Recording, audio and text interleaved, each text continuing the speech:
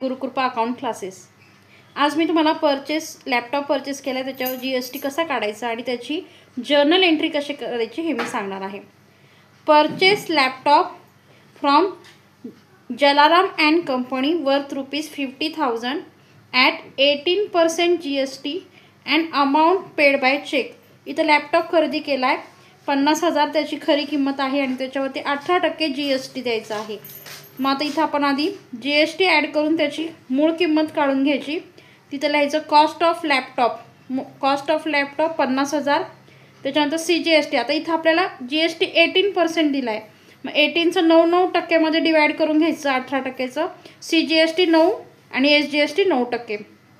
CGST 9%, 50,000 वरती 9% काढायचं। 50,000 गुणिले 9 भागिले 100 4,500 येतो, म्हणजे CGST 4,500 आणि SGST 4,500। हे 50,000मध्ये हे दोन किंमत ॲड करून नेट व्हॅल्यू मिळाली लॅपटॉपची 59,000 59,000। आता याची journal entry, date particular LF debit rupees credit rupees column केले। इथं इयर मंथ डेट लिहायची। आता लॅपटॉप अकाउंट, आता आपण लॅपटॉप खरेदी केलाय, परचेस लॅपटॉप खरेदी केला म्हणजे लॅपटॉप रिअल असेट आहे, रिअल अकाउंटमध्ये येतं असेट आहे। What comes in, laptop comes in, laptop आलेला आहे, laptop account debit.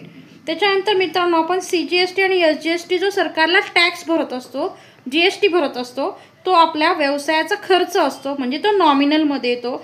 All expenses and losses नॉमिनलला, आपण खर्च कुठं नॉमिनलच्या डेबिटला टाकतो नॉमिनलच्या रूलनुसार, म्हणून input CGST account debit, input SGST purchase केल्यावर इनपुट असतं, CGST अकाउंट इनपुट म्हणजे आलाय ना, म्हणून आपल्याकडे येताना तो टॅक्स लागलाय, म्हणून input CGST input SGST debit to bank. आता बँक पर्सनल अकाउंटमध्ये येतं, debit the receiver credit the giver, पैसे बँक देणारी आहे म्हणून बँक टू बँक अकाउंट, पैसे आपण चेक दिलाय, बँकेतून पैसे जाणार आहेत, कमी होणार आहे, म्हणून इथं टू बँक अकाउंट। मग लॅपटॉपची किंमत 50,000, त्याच्यावरती लागलेला टॅक्स CGST SGST 4,500 आणि टू बँक 59,000। नरेशनमध्ये लिहायचं being purchase laptop by cheque. कसा बाय चेक, आपण कॅशनी नाही घेतलेला, इथं बँकेतनं चेक दिला म्हणून बाय चेक ॲट 18% GST, म्हणजे गुड्स अँड सर्व्हिस टॅक्सेस। हा CGST एक सेंट्रल गव्हर्नमेंटला टॅक्स आणि एक स्टेट गव्हर्नमेंटला, असे दोन प्रकारचे त्याच्यामध्ये 18% डिवाइड होत असतं, 9% 9%। अशा प्रकारे ही एंट्री केली जाते मित्रांनो। आता इथं आपण मगाशी परचेसचं उदाहरण बघितलं, आता आपण सेलचं उदाहरण बघूया। सोल्ड मोटार कार, आता मोटार कार विकली आहे 1,00,000 at 28% GST and amount received by cheque. आता इथं आपल्याला पुन्हा कॉस्ट काढून घ्यायची आधी। Cost of motor car 1,00,000 cost आहे आणि त्याच्यावर 28% GST, म्हणजे पुन्हा इथं 14% सेंट्रल GST 14%, स्टेट GST आपल्याला 14% पेड करायचं आहे। मग आता 1,00,000वरती आपल्याला 28% मिळतं 14,000 आणि नेट व्हॅल्यू आली कारची 1,28,000। आता ह्याची जर्नल एंट्री कशी करायची ते बघूया। Date particular LF debit rupees credit rupees, इथं इयर मंथ डेट जे काय असेल ते डेट लिहायची।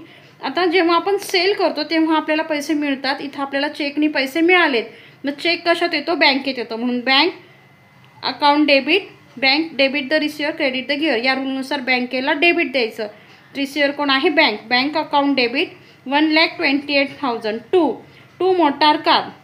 आता आपण ॲसेट विकली आहे, म्हणजे asset what goes out, asset goes out, इथं रिअल अकाउंट आहे मोटार कार, मग asset goes out to motor car account. पण आपल्याला आता इथं आपल्याला GST टॅक्सचे पैसे मिळणार आहेत, म्हणजेच इथं इन्कम, इथं खर्च, मगाशी आपण टॅक्सचा खर्च पाहिला तर इथं आपला तो मिळणार आहे आपल्याला इथं टॅक्सचे पैसे, म्हणजे म्हणजे इथं नॉमिनलमध्ये येतं, म्हणून हा इथं इन्कम आहे, म्हणून to output CGST to output SGST 14,000 being sold motor car and amount received by cheque, मग ही अमाऊंट आपल्याला मिळालेली आहे। अशा प्रकारे सेल आणि परचेसच्या एंट्र्या केल्या जातात मित्रांनो, आणि GST असेल तर हा GST असा कॅल्क्युलेट केला जातो। आपल्याला जेवढे पर्सेंटेज दिलं आहे त्याच्या निम्म आपण CGST आणि SGST करून ही अमाऊंट काढून मग आपण एंट्री करतो। जास्तीत जास्त हा व्हिडिओ सगळ्यांना शेअर करा। आणि चॅनलला लाईक शेअर आणि सबस्क्राईब करायला विसरू नका. धन्यवाद. थँक्यू.